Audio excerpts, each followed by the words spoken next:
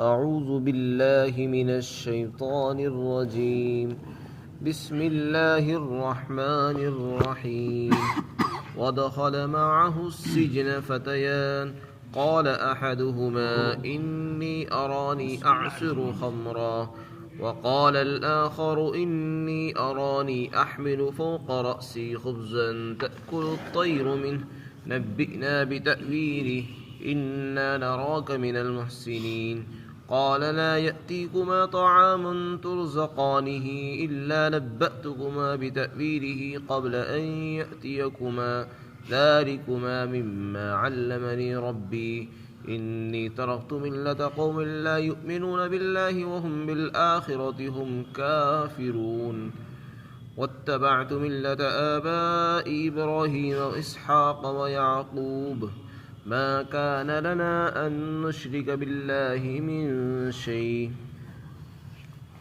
ذلك من فضل الله علينا وعلى الناس ولكن أكثر الناس لا يشكرون يا صاحبي السجن أأرباب متفرقون خير أم الله الواحد القهار ما تعبدون من دونه إلا أسماء سميتموها أنتم وآباؤكم ما أنزل الله بها من سلطان إن الحكم إلا لله أمر ألا تعبدوا إلا إياه ذلك الدين القيم ولكن أكثر الناس لا يعلمون يا صاحبي السجن أما أحدكما فيسقي ربه خمرا وأما الآخر فيصلب فتأكل الطير من رأسه قضي الأمر الذي فيه تستفتيان.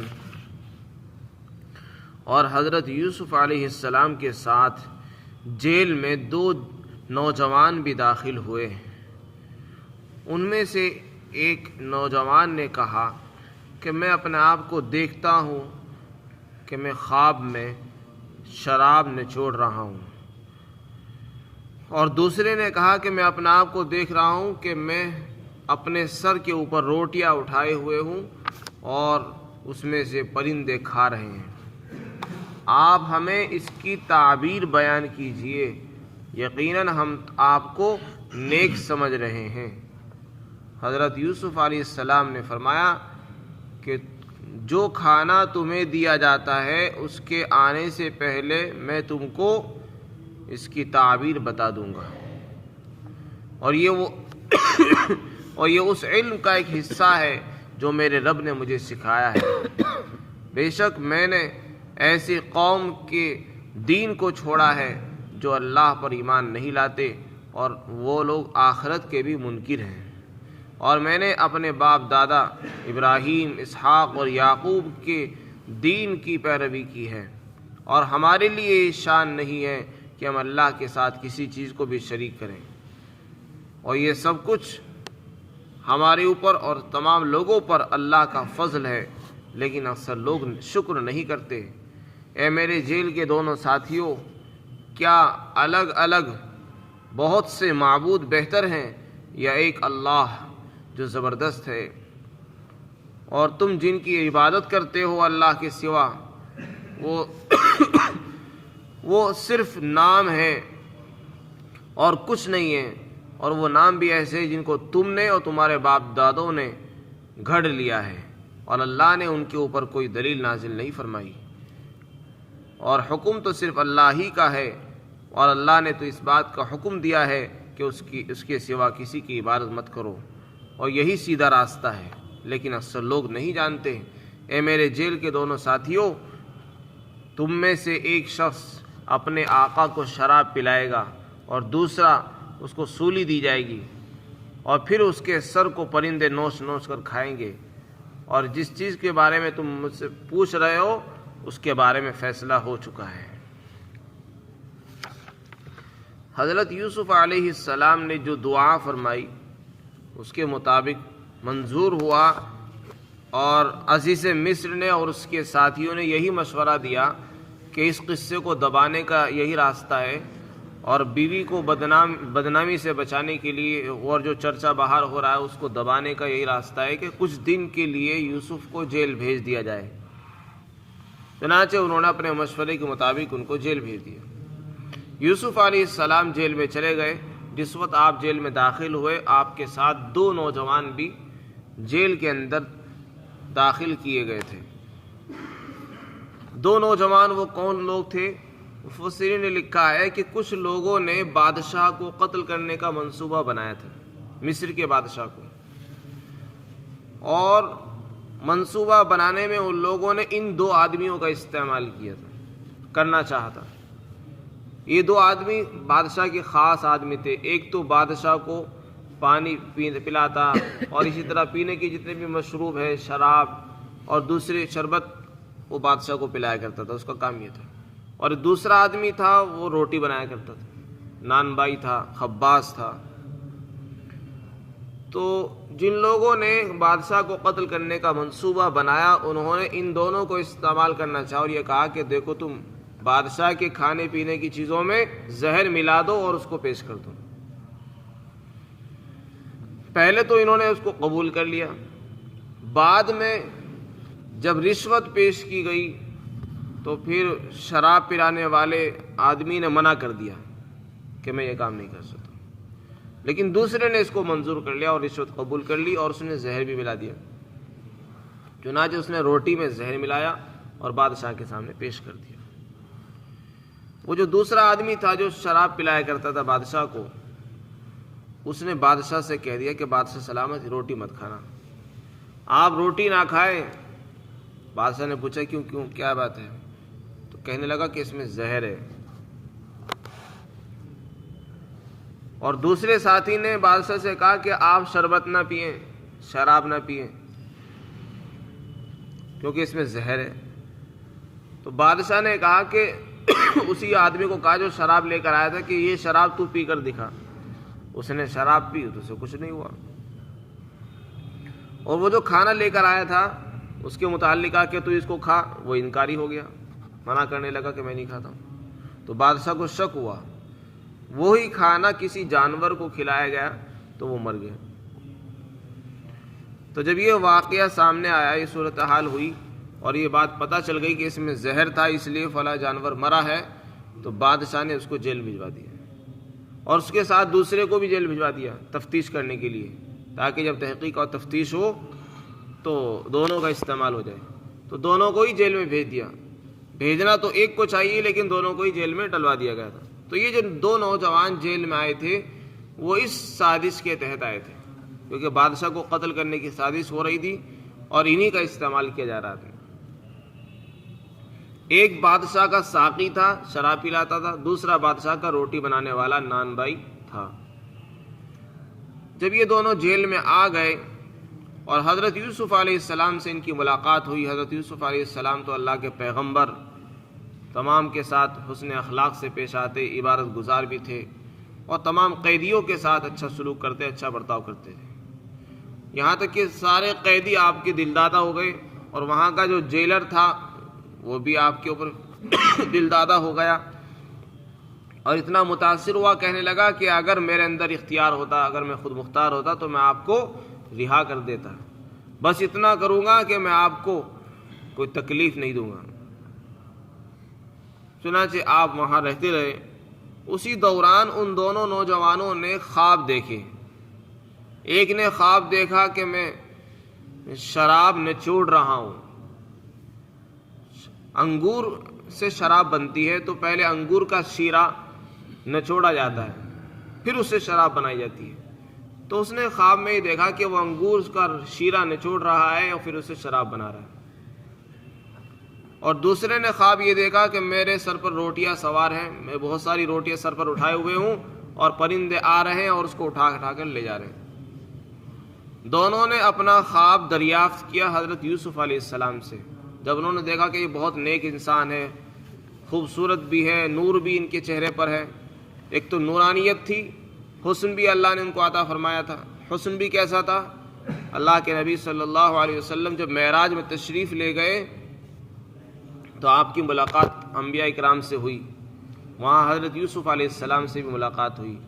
آپ کی ملاقات کا ذکر کرتے ہوئے آپ نے فرمایا کہ حضرت یوسف کو آدھا حسن دیا گیا تھا، تو آپ انتہائی حسین تھے۔ تو اور یہ تو ظاہری حسن تھا، اور نور نبوت کا بھی نور ملا ہوا تھا، اور حسن اخلاق بھی تھے، ایمانی نور بھی تھا، تو لوگ آپ کے دل دادا تھے اور آپ کو پسند کرتے تھے۔ تو وہاں جیل میں رہتے ہوئے ان دونوں نوجوانوں نے حضرت یوسف سے درخواست کی کہ ہم آپ کو نیک سمجھتے ہیں، اس لیے ہم آپ سے اس خواب کی تعبیر معلوم کرنا چاہتے ہیں، آپ ہمیں ہمارے خواب کی تعبیر بتا دیجیے۔ حضرت یوسف علیہ السلام نے موقع کو غنیمت سمجھا اور ان کو خواب کی تعبیر بتانے سے پہلے یہ فرمایا کہ دیکھو، میں تمہارے خواب کی تعبیر تم کو بتا دوں گا، تمہارا کھانا ابھی جو تم کو جیل میں دیا جاتا ہے اس کے آنے سے پہلے میں تم کو تمہارے خواب کی تعبیر بتا دوں گا، لیکن اس سے پہلے تم میری بات سنو۔ یہ موقع ہے دعوت دینے کا۔ آدمی کے پاس جب کوئی اپنی ضرورت لے کر جاتا ہے تو وہ مجبور ہوتا ہے، وہ یہ چاہتا ہے کسی طرح میرا کام ہو جائے۔ اگر اس کو سنایا جائے تو وہ سنتا بھی ہے اور عمل بھی کرتا ہے۔ حضرت یوسف علیہ السلام چونکہ پیغمبر تھے، اور پیغمبر اور داعی کو چاہیے کہ وہ اپنے دعوت کے لیے اپنے کام کے طریقے تلاش کرتا رہے، اور موقع کی تلاش میں رہنا چاہیے کس موقع پر دعوت دینی ہے، کیونکہ موقع شناسی اور مزاج شناسی یہ داعی کے لیے بہت اہم شرط اور ضروری ہے۔ بے موقع دعوت دی جاتی ہے تو اس کا اثر غلط ہو جاتا ہے، نقصان دہ بھی ہو جاتی ہے، اور جو موقع پر دی جاتی ہے اس کا اثر ہوتا ہے۔ حضرت یوسف علیہ السلام نے جب یہ دیکھا کہ یہ تو اپنی غرض لے کر آئے ہیں اور یہ پوچھ کر ہی جائیں گے اور میرے بارے میں اعتقاد بھی رکھتے ہیں، تو پہلے تو اپنا تعارف کرایا ان کے سامنے۔ اپنا تعارف کیا کرایا کہ میں کون ہوں، اپنے علم کے بارے میں بھی بتایا۔ اسی سے علماء نے لکھا ہے کہ اگر کوئی آدمی اپنا اعتماد بٹھانے کے لیے کسی کو اپنے علم کے بارے میں بتا دے تو کوئی حرج نہیں، بشرطے کہ تکبر اور بڑائی ظاہر کرنا مقصود نہ ہو، بلکہ سامنے والے کے دل میں اعتماد، یقین، بھروسہ بٹھانے کے لیے اگر بتانا چاہے تو بتا سکتے ہیں۔ حضرت یوسف علیہ السلام نے پہلے اپنا تعارف کرایا کہ میں کون ہوں۔ فرمایا کہ میں وہ ہوں کہ میں نے ان خداؤں کو، ان لوگوں کے دین اور مذہب کو چھوڑ دیا ہے جو اللہ پر ایمان نہیں لاتے اور آخرت کا یقین نہیں رکھتے، یعنی کافر اور مشرک لوگوں کے دین اور مذہب کو چھوڑ کر آیا ہوں میں۔ آج میں جو تم کو نیک نظر آ رہا ہوں اور صالح نظر آ رہا ہوں اور میری نیکی سے تم متاثر ہو رہے ہو، یہ یوں ہی نہیں پیدا ہوا ہے۔ میں نے شرک کو چھوڑا ہے، کفر کو چھوڑا ہے، اور ایسے لوگوں کے مذہب کو چھوڑا ہے جو اللہ پر یقین نہیں رکھتے، آخرت کا یقین نہیں کرتے۔ حضرت یوسف علیہ السلام نے پہلے ان کو یہ سمجھایا، شرک کی برائیاں بیان کی، اور یہ فرمایا کہ اور جو لوگ آخرت کا انکار کرتے ہیں میں نے ایسے لوگوں کے دین کو چھوڑ دیا ہے۔ اور پھر کن لوگوں کے دین پر چلتا ہوں میں؟ پھر فرمایا کہ میں اپنے باپ دادا ابراہیم، اسحاق اور یعقوب ان کے مذہب کی اتباع کرتا ہوں، ان کی پیروی کرتا ہوں۔ اور ہم لوگوں کی شان یہ ہے کہ ہم اللہ کے ساتھ کسی کو شریک نہیں کرتے ہیں، اللہ کو ایک مانتے ہیں، اور یہی ہمارا مذہب ہے، اللہ کو ایک ماننا۔ اور دیکھو یہ اللہ نے جو ہمیں دین عطا فرمایا ہے، یہ اللہ کا فضل اور اس کا احسان ہے کہ جو اللہ نے ہم کو دیا ہے، اور بہت سارے لوگوں کو دیا ہے، لیکن اکثر لوگ جانتے نہیں اور شکر بھی نہیں کرتے ہیں۔ یہ سب کچھ بتانے کے بعد اب آپ نے ان کے اوپر ایک سوال ڈال دیا تاکہ کچھ غور بھی کریں اور اپنی عقل سے بھی فیصلہ کریں کہ ہم جو کر رہے ہیں وہ غلط ہے، شرک اور کفر غلط ہے۔ آپ نے پوچھا یہ بتاؤ میرے جیل کے دونوں ساتھیوں، کیا الگ الگ خدا بہتر ہیں یا ایک اللہ بہتر ہے؟ تمہارے جو خدا ہیں وہ بہت سارے خدا ہیں، ایک چاندی کا خدا ہے، ایک سونے کا، ایک پیتل کا خدا ہے، اس کے سامنے بھی ماتھا ٹیک رہے ہیں۔ چاندی کا جو خدا ہے اس کے سامنے ماتھا ٹیک رہے ہیں، ایک مٹی کا بنا ہوا ہے، ایک پتھر کا بنا ہوا ہے۔ اب ہر ایک کے سامنے ماتھا ٹیکو گے، ہاتھ جوڑتے رہو گے تو سارا وقت تو اسی میں چلا جائے گا۔ تو یہ جو الگ الگ خدا ہیں یہ بہتر ہیں یا ایک حقیقی معبود جو وحدہ لا شریک ہے، اکیلا ہے، زبردست ہے، وہ صحیح ہے؟ آپ نے ان سے سوال کیا، اور اسی طرح یہ بھی فرمایا کہ تم جن خداؤں کی عبادت کرتے ہو ان کے پیچھے کوئی حقیقت نہیں ہے، وہ صرف نام ہے۔ تم نے نام رکھ دیے، نام بھی تمہارے اپنے رکھے ہوئے ہیں، تمہارے باپ داداؤں کے رکھے ہوئے ہیں، ناموں کے پیچھے کچھ بھی ان کی حقیقت نہیں، کوئی حیثیت نہیں ہے۔ اور دیکھو اصل تو فیصلہ اللہ کا ہوتا ہے۔ جب سب کچھ کرنے والا اللہ ہے، خالق مالک وہی ہے، تو وہ جو فیصلہ کرتا ہے وہی چلتا ہے، وہی قابل قبول ہوتا ہے۔ جب اس نے فیصلہ کر دیا کہ اللہ کو ایک مانو، اسی کی عبادت کرو، اور شرک کے بارے میں اس نے حکم نہیں دیا بلکہ منع کیا ہے، تو پھر ہم شرک کیسے کر سکتے ہیں؟ شرک کے بارے میں اگر شرک کرنا صحیح ہوتا تو اللہ تعالیٰ اس کی سند اور دلیل پیش کرتا، لیکن اللہ نے کوئی دلیل نہیں اتاری اور فیصلہ اللہ کا چلتا ہے، لہذا ہم شرک نہیں کر سکتے۔ بلکہ اللہ نے خود یہ حکم دیا ہے کہ توحید اختیار کرو، اللہ ہی کی عبادت کرو، کسی اور کی عبادت مت کرو، اور یہی سیدھا راستہ ہے۔ لیکن اکثر لوگ سمجھتے نہیں اور دنیا میں آتے ہیں اور شیطان کے بہکاوے میں آ کر شرک میں مبتلا ہو جاتے ہیں۔ یہ ساری باتیں آپ نے ان کو سمجھائی تاکہ وہ اپنی عقل پر زور ڈالیں، غور کریں، اپنی عقل سے بھی سوچیں کہ ہم غلط کر رہے ہیں۔ پھر فرمایا یہ دعوت آپ کی پوری ہو گئی، اب ان کو خواب کی تعبیر بیان فرمائی کہ دیکھو تمہارے خواب کی تعبیر یہ ہے، تم میں سے ایک آدمی تو اپنے آقا کو شراب پلائے گا، یعنی اس کا ساقی بنے گا، جو اس کا پہلا عہدہ تھا اس کو وہی عہدہ بحال کر دیا جائے گا۔ پہلے بھی وہ بادشاہ کو شراب پلایا کرتا تھا، اب بھی اس کو وہی عہدہ ملے گا اور شراب پلایا کرے گا، یعنی اس کی جان بچ جائے گی۔ اور جو دوسرا جس نے زہر ملایا تھا کھانے میں، اس کو سولی پر چڑھایا جائے گا، تختے پر چڑھایا جائے گا اور اس کی زندگی کا خاتمہ ہو جائے گا۔ بعض علماء نے لکھا ہے، حضرت عبداللہ بن مسعود رضی اللہ عنہ سے منقول ہے کہ جب آپ نے ان کی خواب کی تعبیر بیان فرما دی تو وہ مکر گئے کہ ہم نے تو کوئی خواب آپ دیکھا نہیں، ویسے ہی پوچھ رہے تھے آپ کی تحقیق کے لیے۔ تو آپ نے فرمایا اب تو تم نے جو کچھ پوچھا ہے بس وہ فیصلہ ہو چکا، اب تو وہی ہو کر رہے گا۔ اس لیے علماء نے لکھا ہے کہ اگر کوئی آدمی خواب جھوٹے بھی خواب بیان کرے اور کوئی آدمی اس کی تعبیر دے دے تو پھر جیسی تعبیر دی جاتی ہے ویسے ہی ہو کر رہتا ہے۔ تو یہ یہاں تک کا واقعہ یہاں ان آیات میں بیان فرمایا گیا ہے۔ جس کھانے کے متعلق حضرت یوسف علیہ السلام نے فرمایا کہ تمہارا کھانا آنے سے پہلے تم کو اس کی تعبیر بیان کر دوں گا، اس کا ایک مطلب تو وہی ہے جو بتا دیا گیا، یعنی تمہارا جو کھانا جیل میں ملتا ہے اس کے آنے سے پہلے میں تم کو تمہارے خواب کی تعبیر بتا دوں گا، اس سے پہلے تم میری بات سن لو۔ اس کا ایک مطلب تو یہ ہے۔ دوسرا مطلب اس کا یہ ہے کہ تم کو جیل میں جو کھانا دیا جاتا ہے اس کے آنے سے پہلے میں تم کو یہ بتا سکتا ہوں کہ وہ کون سا کھانا دیا جائے گا، کیا دیا جائے گا۔ اللہ نے مجھے یہ بھی علم عطا فرمایا ہے کہ میں آنے سے پہلے بھی چیزوں کو بتا سکتا ہوں، اور یہ اللہ نے مجھے وحی کے ذریعے سے بتا دیا، اور اللہ مجھے وحی کے ذریعے سے بتا دیتے ہیں۔ تو اس کا ایک دوسرا مطلب یہ ہے۔ یہ سب اس لیے بتایا آپ نے تاکہ ان کے دل میں آپ کی وقعت ہو، ان کے دل میں جگہ ہو جائے آپ کے لیے، اور وہ آپ کی بات کو غور سے سنیں، یقین کریں، اور پھر آگے اسلام لانے میں، توحید اختیار کرنے میں بھی آسانی ہو جائے۔ علماء نے لکھا ہے آپ نے ان کو توحید کی دعوت اس لیے بھی دی، اس لیے کہ آپ کو خواب کی تعبیر کا معلوم تھا کہ ان میں سے ایک آدمی کی زندگی کا خاتمہ ہونے والا ہے، زندگی ختم ہوگی، سولی پر چڑھایا جائے گا، تو بہتر یہ کہ کم از کم زندگی کے اندر توحید تو سن لے، ایسا نہ ہو کہ یہ شرک پر مر جائے اور پھر جہنم میں ہمیشہ رہنا پڑے۔ تو کم از کم اس کو دعوت تو پیش کر دینی چاہیے توحید کی، ایمان کی۔ تو آپ نے ان کو اس لیے دعوت دینا مناسب سمجھا، اور پھر بعد میں ان کو خواب کی تعبیر سنائی۔